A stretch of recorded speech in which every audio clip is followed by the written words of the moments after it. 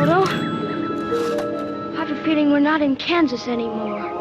The Wizard of Oz is a timeless classic, and children have accompanied Dorothy, Toto, and the rest of the gang on their magical quest to see the wizard for 4 generations and counting. But it was no fantasy behind the scenes, and many people blame the film for Judy Garland's lifetime of substance abuse and premature death. Welcome to Do You Remember? I am Nostalgic Nick. This classic film broke new ground in color filmmaking, and it's widely believed to be the most watched film in cinema history. But the production budget spiraled out of control faster than a Kansas twister, and it took 4 different directors to complete, with the cast experiencing on-set conditions even scarier than the haunted forest. So come on, let's hit the mean streets of the Emerald City and reveal all the dark secrets of this iconic film. But before we do, hit that thumbs up icon to show support, and subscribe to our channel for all things nostalgia. Now it's time to put on our ruby slippers and head down that yellow brick road. Adapting a classic. L. Frank Baum's novel, The Wonderful Wizard of Oz, had previously been adapted as a vaudeville musical and a silent film in the early 1900s. A 1925 talkie version was such a flop that it plunged its studio into bankruptcy. But Samuel Goldwyn saw the box office success of Walt Disney's Snow White and the Seven Dwarfs in 1937 and wanted to create a little magic of his own at MGM. Richard Thorpe was hired as the film's first director and had a reputation for completing films on time and under budget. But the suits were underwhelmed when they saw the first dailies, and Thorpe was fired after only 2 weeks of filming. Why, you ask? Well, Thorpe insisted that Judy Garland wear a blonde wig and thick makeup. And according to producer Mervyn Leroy, he didn't quite understand the story. George Cukor briefly stepped in as director to get the production back on track, but he didn't shoot any scenes. He did make some notable changes, however, including making Dorothy less cartoonish and giving her a more natural look. When Cukor left the production to direct Gone with the Wind, Victor Fleming directed most of the remaining scenes and was the only credited director, even though King Vidor directed the sepia sequences and helped Mervyn Leroy create the final cut. A toxic work environment. Extra workers were pulled from the mailroom to assist the makeup department each morning. Each worker was trained in a specific task, and they formed an assembly line to apply prosthetics and get the actors into costumes. Follow the yellow brick road. Follow the yellow brick road. Follow the yellow brick road. The Yellow Brick Road was created using yellow paint purchased at a nearby hardware store, and the snow in the poppy field was made from asbestos flakes. The carcinogenic effects of asbestos had been discovered before filming, but the MGM brass decided to use it anyway. They also seemed to have no qualms about using toxic makeup. Ray Bolger nearly wound up with permanent scars from the Scarecrow makeup, and Buddy Ibsen got aluminum poisoning from the metallic Tin Man makeup after only 9 days of filming.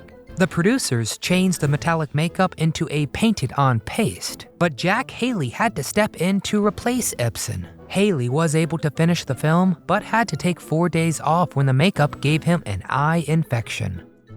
She really was melting. You cursed brat! Look what you've done!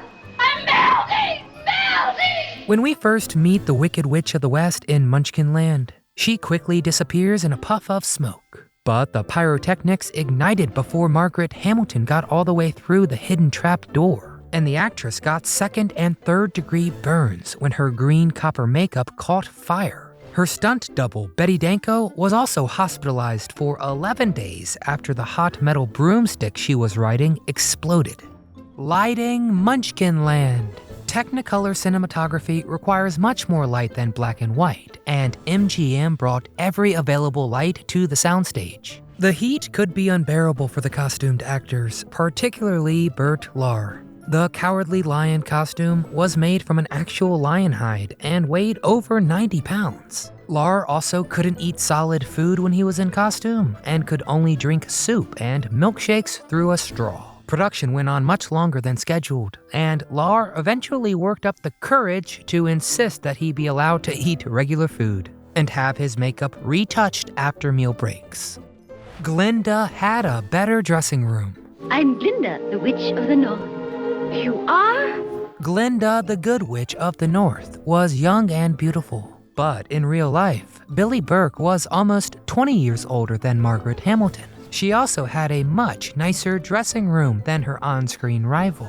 In Al Jean Harmet's book, The Making of the Wizard of Oz, Hamilton claimed that Burke, quote, had a pink and blue dressing room with pink and blue powder puffs and pink and blue bottles filled with powder and baby oil, and pink and blue peppermints. She said that her own dressing room was, quote, simply awful, and admitted to sneaking into Burke's dressing room to eat when she wasn't around. Toto made more than the Munchkins. Toto was portrayed by a female Karen Terrier named Terry, who was paid more than many of the human actors. That dog's a menace to the community. I'm taking him to the sheriff and make sure he's destroyed.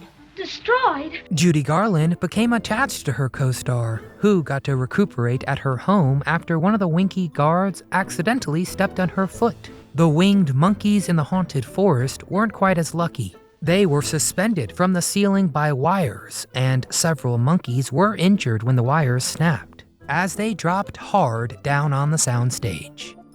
Munchkin orgies. And oh, what happened then was rich.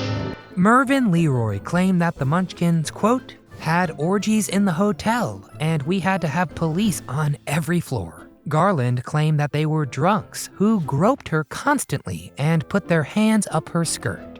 She said, quote, the police had to scoop them up in butterfly nets. One of the film's makeup artists even claimed he had to rescue a drunk Munchkin from drowning in a toilet. Jerry Marin was the last surviving cast member, and he said the claims were exaggerated. Leo Von Singer managed the vaudeville group Singer's Midgets and got paid $100 for each little person he brought to MGM.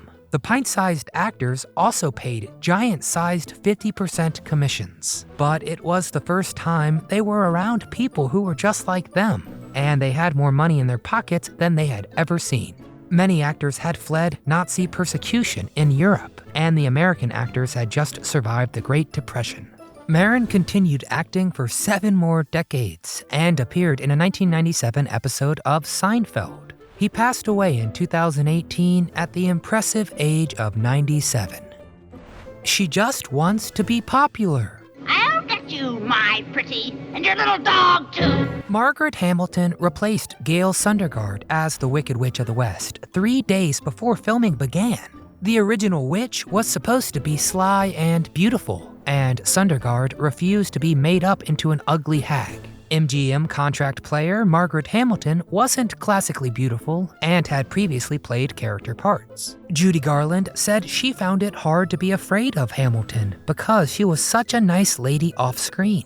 But her performance was considered too terrifying for children, and many scenes were trimmed or left entirely on the cutting room floor. This iconic role also cast a shadow on the rest of her career. Ooh, curses! She appeared in character on a 1976 episode of Sesame Street that was never re-aired. You can thank the angry parents who wrote letters to the Children's Television Workshop. She also made a famous guest appearance as herself on Mr. Rogers' Neighborhood, just to set the record straight that the witch was just a lonely and frustrated old woman who was simply angry she never got it her way. Author Gregory Maguire further developed that idea into the novel Wicked, which has also become a popular Tony-winning musical. Popular. And it's really great if you haven't seen it. But Margaret Hamilton claimed that when children saw her in public, they screamed and ran away for decades. For what it's worth, Maggie, they do that to me too.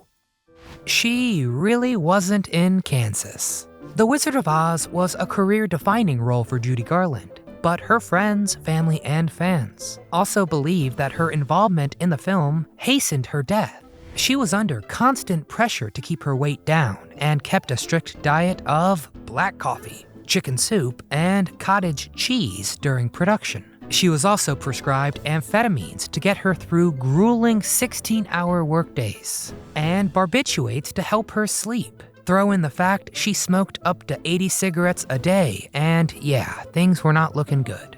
Shirley Temple was Louis B. Mayer's first choice to play Dorothy, but once you got past the dimples and curls, she couldn't carry a tune. Animal crackers in my soup, monkeys and rabbits, loop-a-loop. Judy Garland was already 16 when she got the gig, and Mayer constantly called her my little hunchback. He also stuffed Garland into tight corsets to hide her curves and make her appear more youthful. Judy Garland became an international superstar and stayed busy for her entire career. She earned 2 Academy Award nominations, released 8 studio albums, and hosted an Emmy-nominated television series, as well as becoming the youngest recipient of the Cecil B. DeMille Award for Lifetime Achievement in the Film Industry at just 39. But she famously struggled with alcoholism and drugs for her entire life, and her mental health issues constantly overshadowed her brilliant acting career. And sadly, Judy Garland made her first suicide attempt in 1948 and died of an accidental prescription drug overdose in 1969. To me, this is one of the best films of all time. But the movie barely broke even at the box office. It got 6 Academy Award nominations, including Best Picture, and it won Best Original Song and Best Original Score. In 1989, the U.S. Library of Congress selected it as one of the first 25 films for preservation. But the cast and crew were frequently put in harm's way to bring this classic to life. Profitability was often more important than safety during Hollywood's golden age. And as we learned today, the production of The Wizard of Oz was clearly no exception. All right, enough of me. Now we want to hear from you. Do you remember watching The Wizard of Oz on television each year? Do you believe it really was as dangerous behind the scenes as the cast members claimed? Or is it simply Hollywood gossip? Louis B. Mayer subjected Judy Garland to cruel treatment behind the scenes to make her a star. But is he to blame for her death? Get in the comments and tell us all things Wizard of Oz. Before you disappear in a puff of smoke, please give this video a thumbs up if you don't mind. And subscribe to our channel so you never miss a memory. But from all of us here at Do You Remember, we want to thank you for watching. There's no place like home.